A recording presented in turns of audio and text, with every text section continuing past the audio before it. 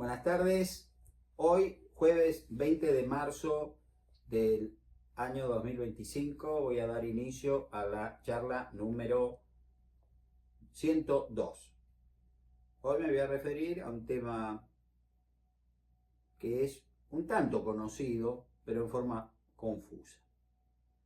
Bien, como el otro día yo hice referencia en la charla número 100, que se la dedicaba a mi esposa, a Nildi.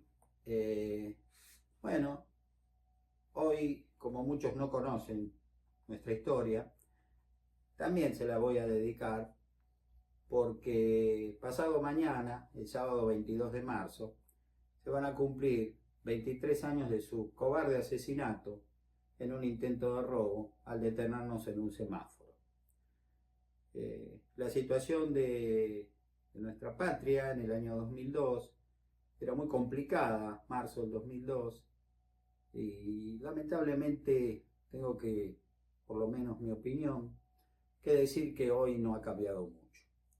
Gobernaba la provincia de Buenos Aires el ingeniero agrónomo Felipe Solá y bueno, había nombrado como ministro de Seguridad un amigo suyo, otro ingeniero agrónomo, que es el día de hoy que me sigo preguntando, ¿qué sabe un ingeniero agrónomo de seguridad?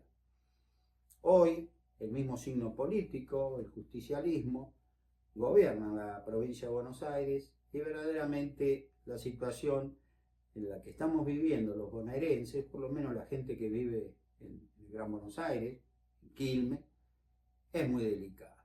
La verdad que, como dijo el sabio rey de Israel, Salomón, no hay nada nuevo bajo el sol.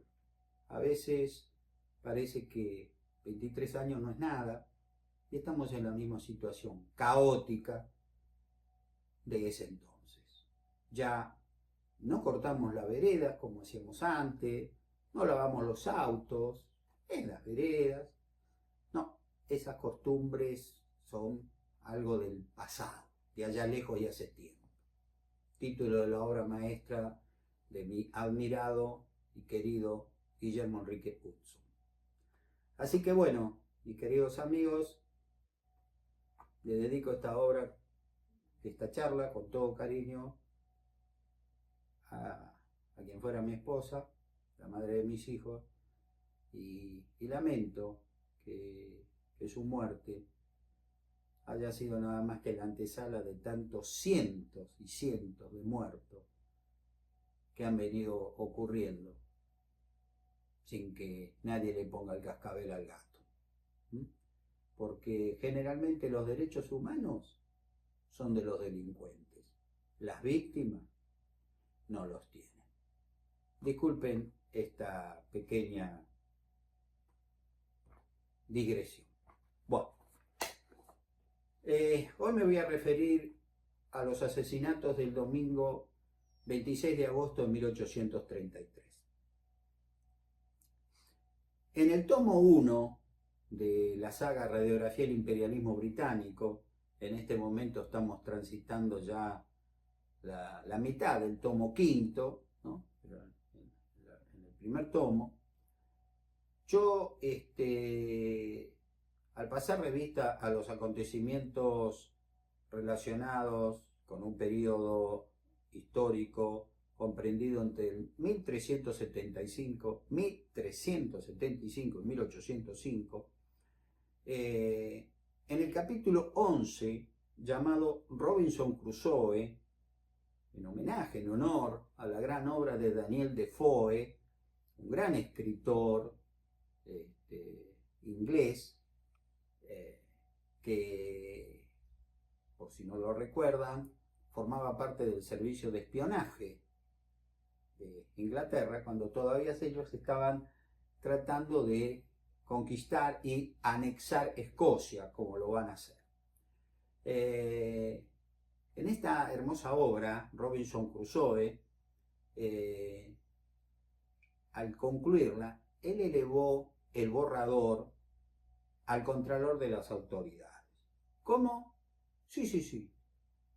Él lo da a entender claramente que después que termina la obra, antes de poder imprimirla, fue a una especie de censor del gobierno. inglés. Fíjense que hablo de gobierno inglés, no británico, porque todavía no eran británicos, eran ingleses. Entonces, Defoe tiene que cambiar varias cosas de la obra para que la misma pudiera ser publicada. A los censores les agradó sobremanera la obra que Defoe había escrito, de ese personaje mítico llamado Robinson Crusoe, un hombre que está solo en una isla y que, bueno, lucha contra viento y marea, contra todo, para lograr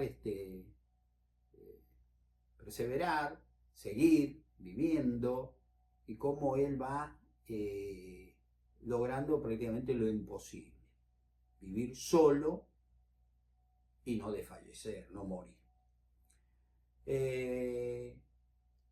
Pero aplaudieron su publicación, siempre y cuando se le efectuaran algunas correcciones que la transformarían en una herramienta muy útil a los intereses del gobierno de su graciosa majestad. Este retoque se infiere por la reubicación geográfica de la historia, que se desprende fácilmente por la vestimenta del personaje, que, vestido con pieles de cabra, resultaba muy lógico a lo que le ocurrió, porque eso sí le pasó, a Alejandro Selkirk, al ser abandonado por mal comportamiento en una inhóspita isla del sur del Pacífico, no digo próxima a Chile porque está a muchos miles de kilómetros, pero lo más cercano que hay de esa isla es Chile, y por eso esa isla hoy es chilena y lleva el nombre de Robinson Crusoe.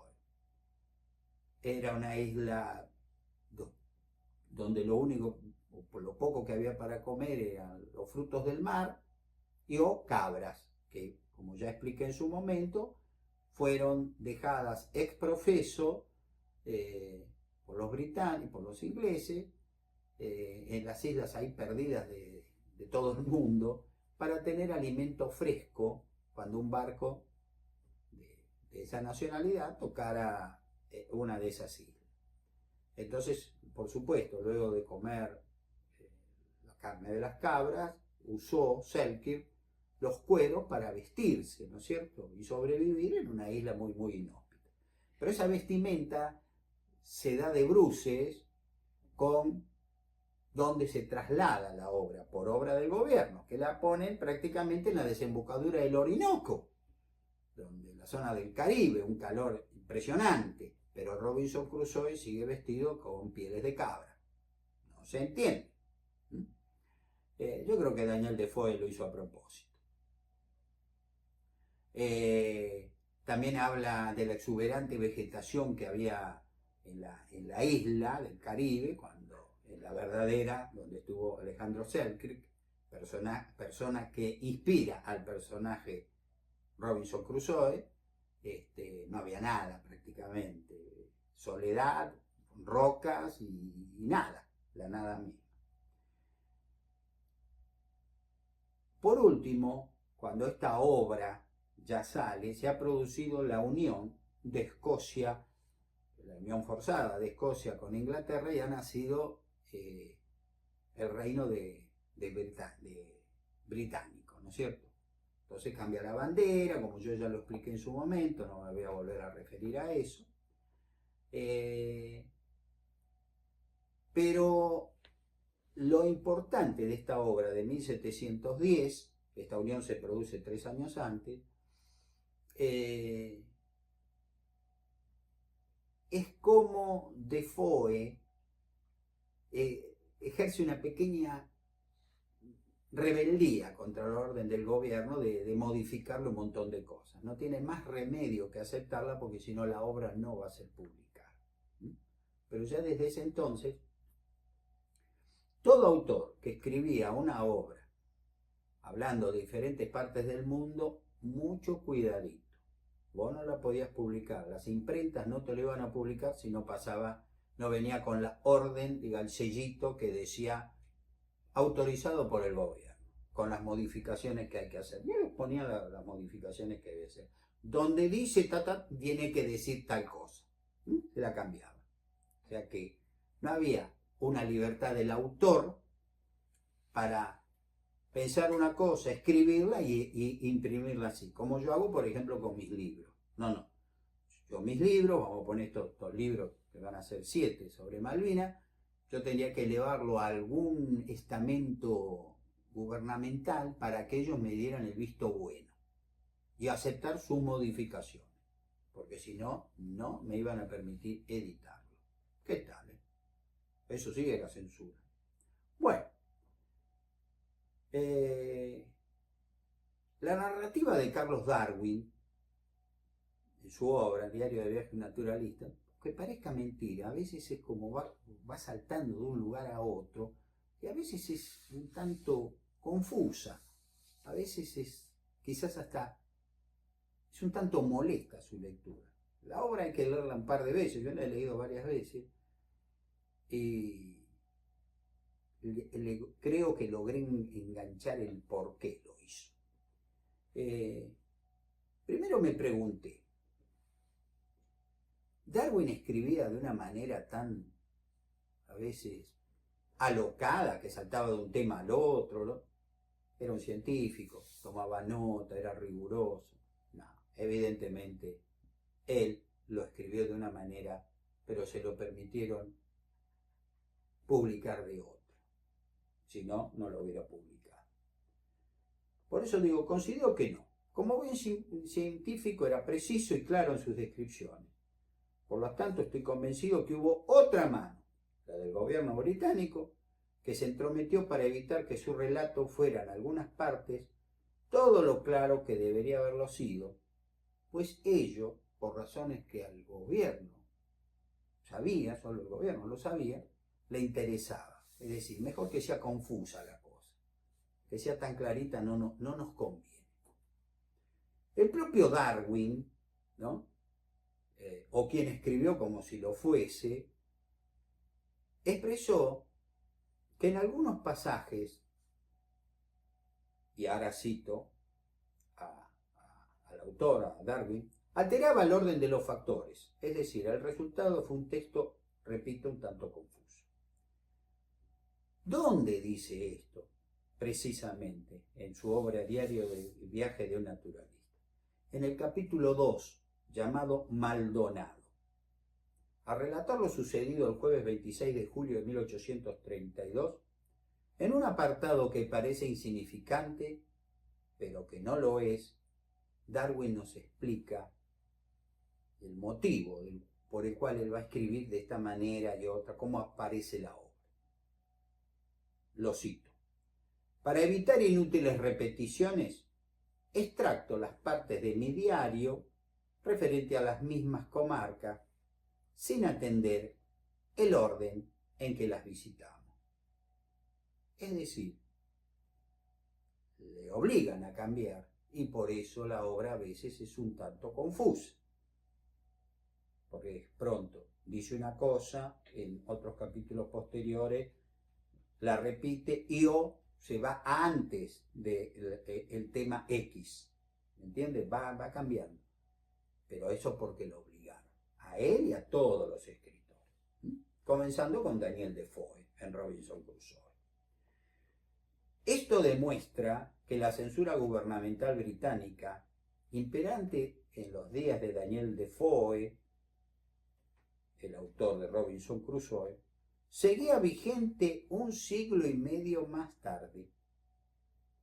Por lo que ningún censor pudo evitar o impedir que en parte de su obra, Carlos Darwin, quizá un ratón frente a un gigantesco gato, le hizo trampa al gato. Y en alguna que otra oportunidad, el gato le ganó al ratón. El ratón le ganó al gato. Estoy convencido de eso. Y se debe haber divertido muchísimo. Y de paso, en nuestro caso, nos hizo un gran favor, porque contó la verdad de lo acontecido en Malvinas. Ahora, mis queridos amigos, me voy a referir a la cruel matanza de agosto de 1833. Se ha tomado el nombre del gaucho Antonio Rivero como un símbolo de la nacionalidad, de la soberanía. Yo quiero aclarar que cuando yo empecé a investigar lo que aconteció en Malvinas, por ignorante, tenía la figura de Antonio Rivero verdaderamente a un super patriota, no sé, una aureola de héroe. Lamentablemente, la investigación me ha demostrado que no lo fue.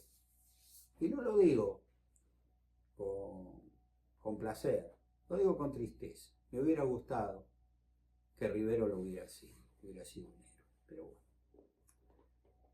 Hoy no se sabe, y creo que nunca se va a saber, los motivos que llevaron a esa matanza. El domingo 26 de agosto de 1833 comenzó siendo un día como tantos otros, en la bucólica existencia que tenían los pocos habitantes que ya estaban quedando en Malvinas luego del despojo de los británicos. Santiago López reparaba un bote. Faustino Martínez había acompañado al capitán Guillermo Laun y a 3 de sus loberos, Francisco Machado, Antonio Manuel y José Manuel Prado, a cazar focas. El gaucho Manuel Coronel estaba enfermo en su casa. Pascual Díez se encontraba cocinando en casa de Antonia Rosas. Al llegar Enrique Shannon, uno de los loberos de Laun, a la casa de Antonio Wagner, con la intención de templar una pieza en la fragua, se encontró allí con sus compañeros José Douglas y Daniel Mackay, llegando posteriormente Thomas Halsby, que era uno de los empleados que quedaban de Luis Bernet. Como el fuego existente en la fragua de Wagner no servía para templar esa pieza, Shannon decidió retornar a su casa siendo acompañado por Halsby. Cuando estaban saliendo, se cruzaron, llegaba un grupo integrado por Antonio Rivero, Juan Brasido, José María Luna, Manuel González, Luciano Flores, Manuel Godoy, Juan Latorre y Felipe Salazar, fuertemente armados, en razón que habían asaltado el depósito del capataz Juan Simón. A los gritos llamaron a Wagner y este, sin sospechar nada, salió de inmediato para recibir un disparo a quemarropa efectuado por Antonio Rivero, cayendo mortalmente herido al suelo, siendo rematado por los demás miembros del grupo con sus facones. El segundo en ser asesinado fue Mateo Brisbane, que fue literalmente acribillado a balazos por sus atacantes. La tercera víctima fue Ventura Pasos, quien fue atacado por el grupo, sufriendo diversas heridas y un profundo corte en la garganta, dejándolo los atacantes por muerto, para ser rematado poco tiempo después al percatarse de su error. El pobre hombre estaba agonizando con gran crueldad, con mucho dolor. Dixon salió de su casa para tratar de hablar con Rivero, pero este, al verlo, sin mediar ningún diálogo, lo hirió. Al intentar huir, el infortunado sujeto, Felipe Salazar, que estaba montado, lo derribó de un sablazo y lo remató a los pocos minutos. El quinto y último en ser asesinado fue el hombre más odiado de la pequeña comunidad, el capataz Juan Simón, quien se encontraba salando cuero. Un tiro de fusil le rompió el brazo y penetró en sus costillas por un costado. Rivero se encargó de rematarlo.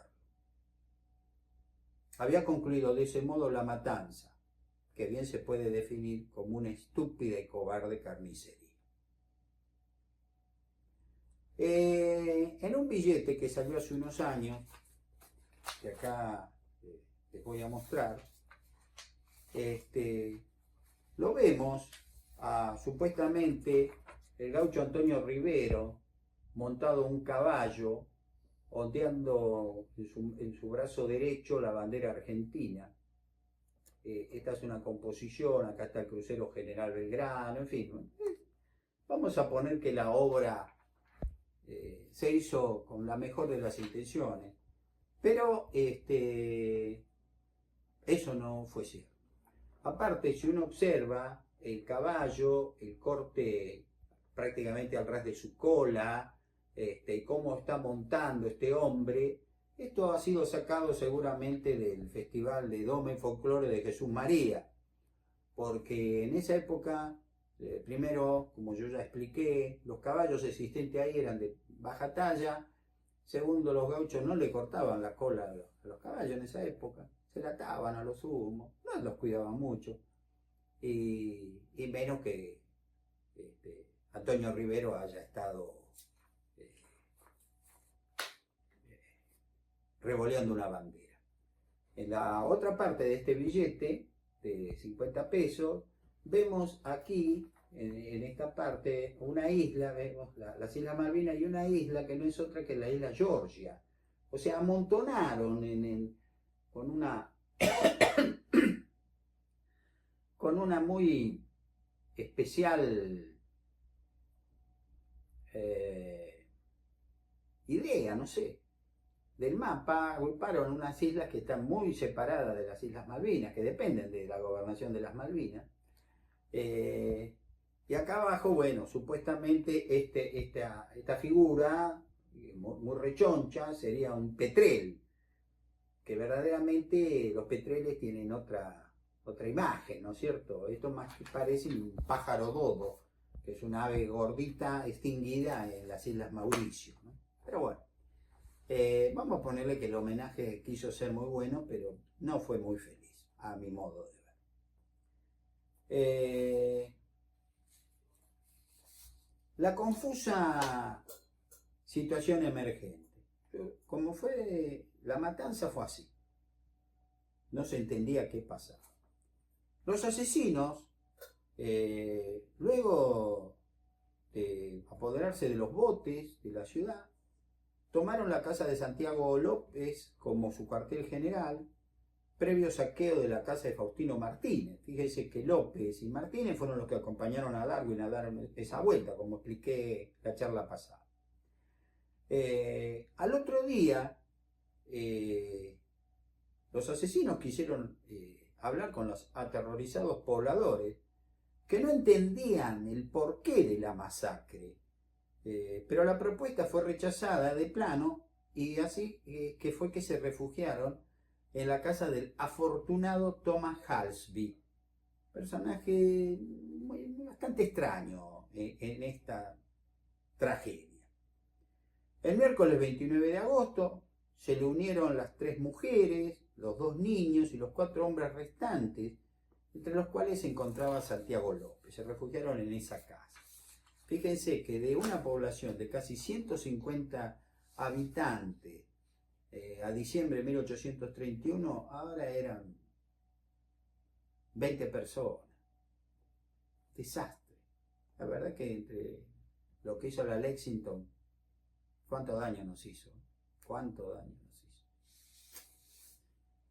Por obra de la casualidad, uno de los botes que Rivero y su grupo habían, digamos, tomado, uno de los botes pudo ser, les llegó aparentemente flotando a este pequeño grupo de sobrevivientes, y así fue que pudieron llegar al islote Hogg, que se encontraba a unos 200 metros de allí, quedando solo el negro John en Puerto Soledad en razón de encontrarse enfermo. Al percatarse de esa fuga, Rivero y sus hombres, que habían cometido la tontera de destruir el resto de los botes, intentaron llegar a la isla Hogg nadando con sus caballos, pero fueron disuadidos por disparos de armas de fuego y aparte por la profundidad del mar. El jueves 13 de septiembre, a ese pequeño grupo de personas que se habían logrado escapar de la furia de los asesinos, se le unieron Faustino Martínez, el capitán Guillermo Laun y sus 3 loberos, que como se recordará habían salido, no estaban en Puerto Soledad, a cazar focas. El negro John les informó de lo acontecido y por esa razón zarparon inmediatamente con su bote hacia otra isla, la Peat, prometiendo volver por el negro John al otro día. Los refugiados decidieron, para hacer mejor soportar su aislamiento, ayudarse en caso que los asesinos intentaran llegar a esos dos islotes, pero no unirse porque la verdad que no tenía mucha comida, ¿no? Entonces cada uno se la tenía que rebuscar como podía. El tiempo pasaba, el grupo liderado por Rivero no podía llegar hasta ellos, porque no tenían los botes, lo habían destruido, y los refugiados se sufrían por la falta de abrigo y verdaderamente porque vivían de la pesca, ¿no? Lo poquito que habían podido llevar, pero eso se había agotado, y había mujeres y chicos. Entonces el 9 de octubre de 1833 lograron tener una reunión entre Rivero y Bracido por un lado, y por el otro Santiago López y Shannon, sin armas y a unos 40 metros de distancia. Al concluir la misma, a los gritos en esa reunión, se llegó a un acuerdo por el que les garantizarían sus vidas mientras no intentasen retornar al poblado. Santiago López tuvo el atrevimiento de preguntarle a Rivero por qué habían asesinado a esas 5 personas. Y la respuesta de Rivero fue, luego de mirarlo un rato, pegar la vuelta y volverse caminando para donde había llegado sin contestar.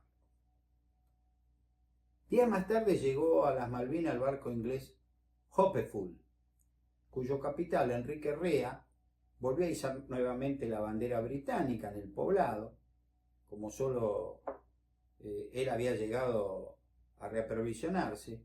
Luego de hablar con los refugiados, dejándole un poco de alimentos y mantas, se alejó llevando a bordo a los loberos Stock, McCain y Carwin. Al poco tiempo llegó la nave Susan Hain y ocurrió lo mismo, le dejaron comida a la pobre gente esta que estaba refugiada en estos islotes, y se marcharon de las Islas Malvinas a bordo de dicha nave Guillermo Laun, Francisco Machado y Faustino Martínez, el gaucho que con Santiago López acompañaron a Darwin a dar ese recorrido. El jueves 4 de enero de 1834, los refugiados, que estaban pasando momentos muy difíciles por la falta de comida, decidieron parlamentar nuevamente con Antonio Rivero para solicitarle alimentos, y aunque más no fuera, para las mujeres y los chicos. Así fue como Santiago López, Pascual Díez y 2 loberos en un pequeño bote se les acercaron, siendo tomados prisioneros. Los loberos fueron obligados a llevar al grupo de Rivero hasta la isla Hawk, en donde encontraron a Shannon, Halsby y al negro John trabajando en una lancha, lo que les agradó sobremanera, pues soñaban viajar a la Patagonia. Era una pequeña embarcación. Dice, bueno, con esto no podemos ir a la Patagonia. En un descuido, los loberos huyeron en un chinchorro a la isla Kidney, pero eso no molestó demasiado a sus captores, que volvieron al poblado con Shannon, Halsby y el negro John, juntándolos con López y Díez. O sea, ya tenían 5 rehenes. Al otro día, Shannon y el negro John, bien custodiados, volvieron al islote Hogg a trabajar en esa lancha, en esa pequeña embarcación con la que soñaban escaparse a la Patagonia. Los cautivos fueron trasladados el domingo 7 de enero a la isla Kidney, salvo Halsby, quien permaneció en el poblado custodiado por un hombre de Rivero. La rendición. Enrique Shannon, que estaba en el islote Hawk con el negro John, reparando la famosa lancha, vio entrar en la bahía Soledad al buque Challenger y al poco tiempo más tarde a la goleta Hopeful. Y al lograr contactarse con sus compatriotas, él era inglés, les expresó que uno de los asesinos, José María Luna, les había dicho que deseaba rendirse. El capitán del Challenger, Miguel Seymour, le ordenó al capitán Enrique Rea de la goleta Hopeful que bajase dos botes con marineros fuertemente armados para capturar al grupo comandado por Antonio Rivero, y si ello no era posible, informarse a Luna que si se rendía, ellos le perdonarían lo que había hecho. Como no pudieron encontrar a nadie, dejaron un crucifijo y una botella en cuyo interior había una nota por la que se les prometía el perdón si daban testimonio para el rey y traían los caballos. El lunes 8 de enero de 1834 se presentó al capitán del Challenger, el afortunado Thomas Halsby, quien, como expresé, parecía tener un pacto inquebrantable con la suerte, pues debemos recordar que no fue asesinado el domingo 26 de agosto del 33, no fue obligado a trabajar en reparar el bote, ni obligado a partir con el resto de los prisioneros a la isla Kidney. Y ahora, tranquilamente, se presentaba ante ellos, pese a haber quedado bajo la custodia de un hombre de Antonio Rivero. Luna oyó los gritos de Shannon, que le decía que si se rendía sería perdonado, y por ello, el miércoles 10 de enero de 1834, se presentó ante los británicos con 2 caballos, siendo admitido como testigo, ¿no?, de cargo contra los asesinos. Comprendiendo que estaban perdidos, Rivero dejó que Pascual Diez fuera a tratar con los británicos su rendición, y este se les presentó de esa manera el 15 de enero. Los británicos, al comprobar que la situación tendía a mejorar, reembarcaron a muchos de sus hombres, y así, el sábado 20 de enero de 1834, se dejó al teniente Enrique Smith con 6 marineros para capturarlo. Thomas Halsby, que seguramente fue el instigador de esos asesinatos, por razones que hasta el presente no se conocen y que lamentablemente creo que nunca se van a conocer, no pagó sus culpas, porque este hombre también estuvo con los asesinos. Pues a bordo del Challenger se alejó definitivamente de las Malvinas el 21 de enero de 1834. 6 días más tarde, Santiago López fue liberado y marchó al campamento británico de los hombres que los estaban buscando, llevando un mensaje de Antonio Rivero que decía así: si lo perdonaban, él comandaría que el resto hicieran lo propio, entregarían los caballos y diría quién fue el instigador, que para mí no fue otro que Thomas Halsby. López volvió a entrevistarse con Rivero, pero no lo encontró y regresó al campamento británico. Durante 4 semanas no hubo más novedades, hasta que el jueves 27 de febrero de 1834, el teniente Enrique Smith ordenó que 5 marineros, en compañía de Santiago López, Diez, Prado y el sastre Kuzler, fueran a tratar con el grupo de Rivero, llevando un mensaje que había escrito Enrique Shannon. Pocos días más tarde se le acercó un solitario jinete que resultó ser Antonio Rivero.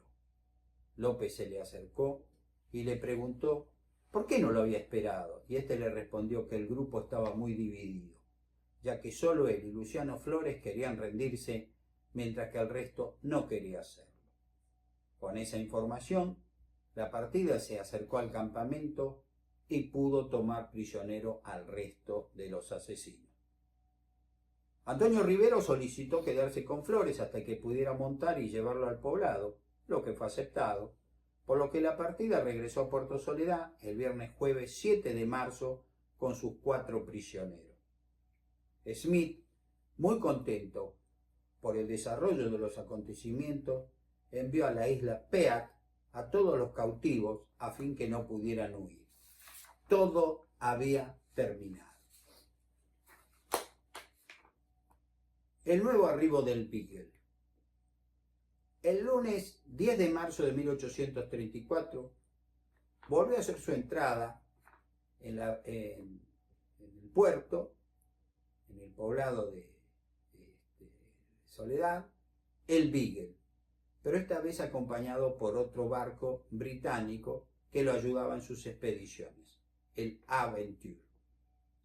En este sentido, para este trabajo resulta sumamente interesante recordar que Carlos Darwin, testigo presencial de esos acontecimientos, escribió sus impresiones, por fortuna para nosotros, ya que como ciudadano inglés no se puede dudar de su objetividad.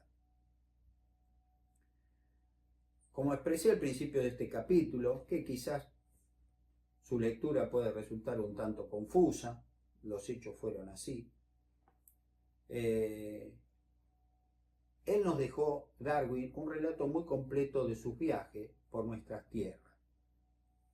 Y como ya lo expliqué, no lo haría en el orden cronológico que ellos acontecieron, por lo cual no es fácil de seguir. Y como ya lo manifesté, yo estoy convencido que esto obedeció a la censura impuesta por el gobierno británico a todos los libros que relataran sus aventuras en el globo de cualquier expedicionario, porque podría no resultarle conveniente que se supieran los métodos utilizados para lograr sus objetivos expansionistas. El teniente Enrique Smith, al cual habían dejado, como recordarán, con 6 marineros, para capturar a Antonio Rivero y su grupo, dando por terminado su tarea, ordenó que fueran traídas al poblado Luciano Flores y Antonio Rivero. El primero fue hallado, el segundo no. Cuando comenzaba a generar cierta inquietud que Rivero se hubiera escapado no sé a dónde, porque no tenía dónde, una isla, el martes 18 de marzo de 1834, a las 2 de la tarde, Rivero se entregó pacíficamente a los soldados británicos en Puerto Soledad. Mis queridos amigos, yo dije que hace muchos años, cuando yo investigué este tema, que es muy confuso, es muy confuso, y cuyo porqué, el porqué de los asesinatos no se conoce, yo quería encontrar en la figura de Antonio Rivero verdaderamente un gran patriota, un hombre que se enfrentó al imperio. Pero no fue eso. Fue nada más que una estúpida matanza por razones desconocidas y en ningún momento, repito, como en el famoso billete, Antonio Rivero anduvo revoleando sobre su cabeza una bandera argentina. Lo que hizo solo él y Dios lo sabrá, su acompañante. Pero mataron cobardemente a 5 personas el 26 de agosto de 1833. Y ustedes dirán, ¿qué tiene que ver esto con la causa de Malvinas? Ahora, lo que viene en la próxima charla, ustedes van a entender. Porque gracias a esos asesinatos, Gran Bretaña demostraría palmariamente que no tenía ningún derecho a estar en las Islas Malvinas, habernos usurpado las Islas Malvinas. Y eso, mis amigos, les aseguro que es una de las cosas más importantes que tenemos para reclamar la devolución de las Islas Malvinas junto a las Georgias y San Luis del Sur. Como siempre, les agradezco el cariño que me hacen llegar en sus devoluciones. Yo las leo todas. Algunas tardo un poco más que otras en responderlas, pero quiero que sepan que las leo todas y mucho se los agradezco. Nada más, muchísimas gracias, tengan ustedes muy buenas tardes.